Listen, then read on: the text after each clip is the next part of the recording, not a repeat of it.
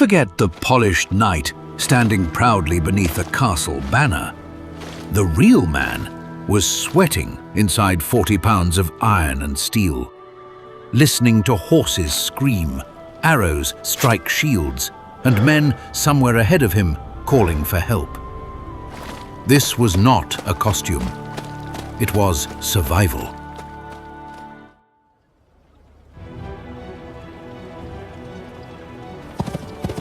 The knight did not appear overnight.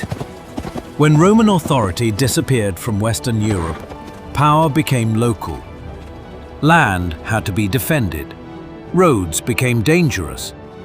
Rival rulers fought over territory that could change hands in a single season. A mounted warrior became extremely valuable.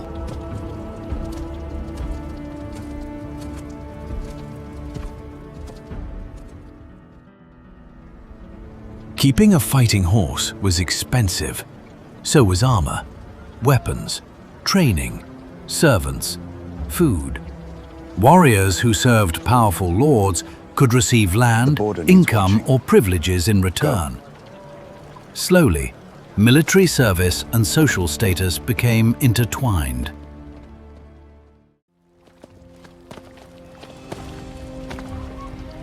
For many boys born into the warrior class, training started early. Around 7, a boy might enter another noble household as a page. There he learned manners, riding, religion, and service. Sword fighting could wait. First, he had to learn discipline.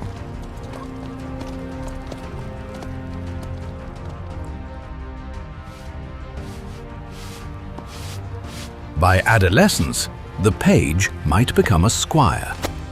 Now the work became serious.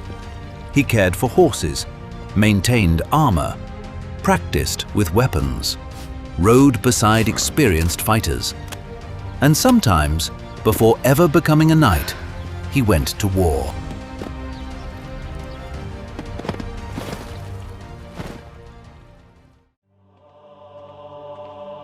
There was no single ceremony followed everywhere, but by the High Middle Ages, knighthood increasingly carried ritual as well as military meaning.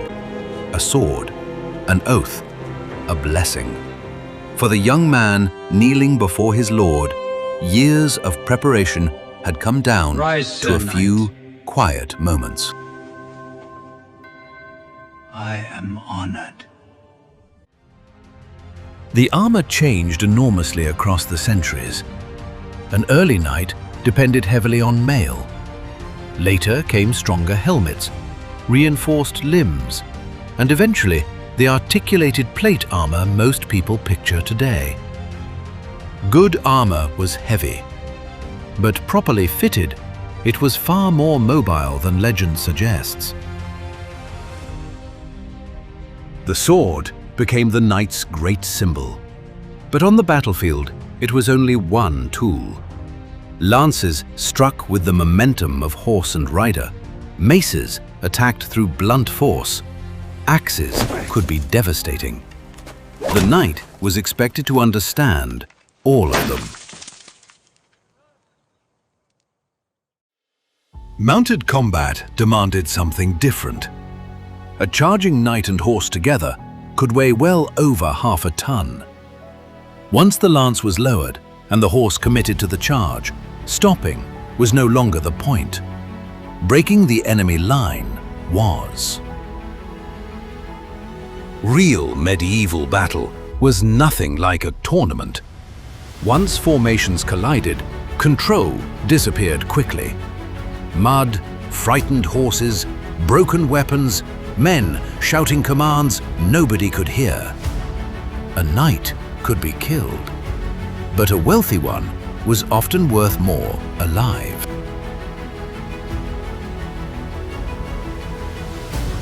Killing a noble opponent could throw away a fortune. Capture him instead, and his family might pay heavily for his return. War was violent. It was also business. Sometimes a defeated knight's value was measured quite literally in money. When there was no war, knights still needed practice. Tournaments provided it. Early versions could resemble small battles. Later events became more controlled, more ceremonial, and considerably more profitable. Reputations could be made in an afternoon. Then there was chivalry. We remember it as a code of honor, courage, loyalty, generosity, protection of the weak. The reality was less comfortable.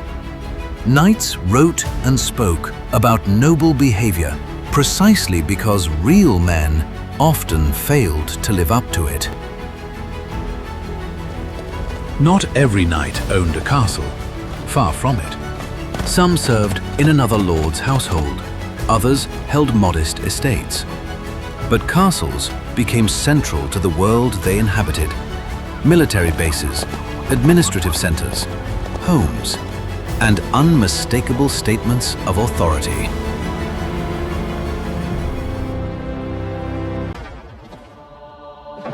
Religion surrounded the medieval knight. Before campaigns, men confessed, attended mass, and prayed for survival. Some believed warfare itself could serve God. That idea would carry thousands of armed men far beyond their homes. Toward Jerusalem.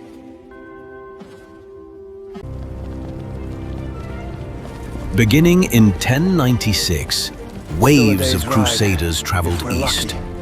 Knights from different parts of Europe found themselves marching through lands they barely understood, driven by combinations of faith, ambition, obligation, and opportunity.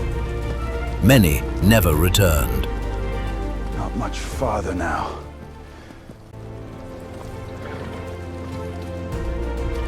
The Crusades also produced something unusual: religious military orders.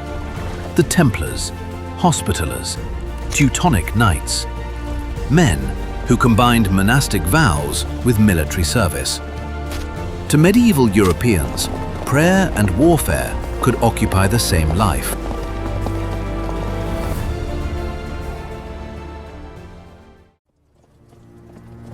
The Crusaders had not entered an undefended world.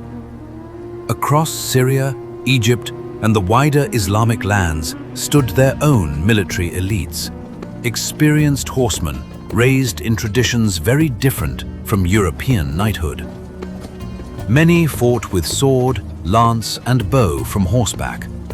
They were often lighter than the heavily equipped Frankish knights, and they fought accordingly. Speed, discipline, and mobility could be weapons in themselves. By the late 12th century, one name had come to dominate the struggle: Saladin Yusuf ibn Ayyub, Saladin. He brought Egypt and much of Syria under his authority, surrounding the Crusader states with a growing military power. And in 1187, near the horns of Hattin, his army confronted the forces of the Kingdom of Jerusalem. The knight's greatest enemy was not another knight. Technology and tactics were changing. At Cressy in 1346, English archers helped devastate repeated French attacks. Heavy cavalry was still dangerous, but courage and armor could no longer guarantee victory.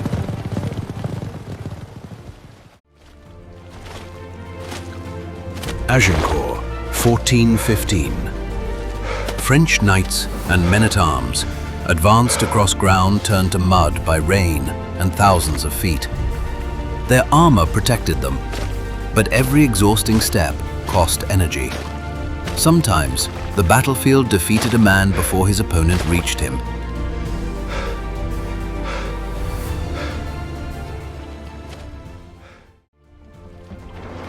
Then came a sound that would become increasingly familiar: gunpowder.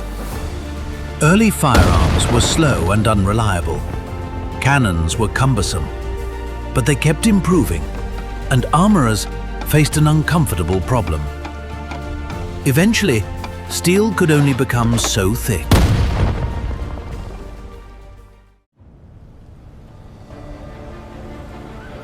By the late Middle Ages, warfare increasingly depended on disciplined infantry, professional soldiers, artillery, and centralized royal power. The mounted armored warrior had not vanished, but he no longer dominated war simply because of what he was. The battlefield had changed around him.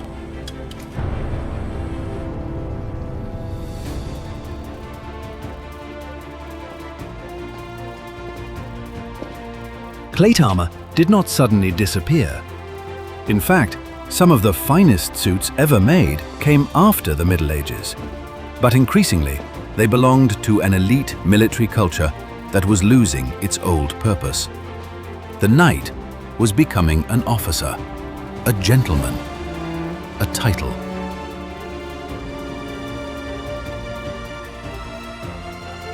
Centuries later, the knight returned.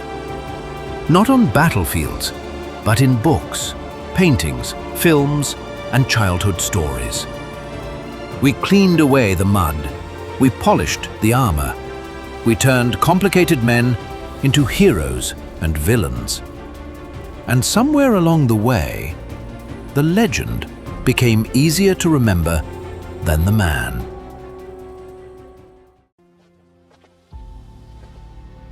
The medieval knight was never just the warrior in shining armor. He was a child sent away to learn service, a teenager caring for another man's horse, a soldier frightened before battle.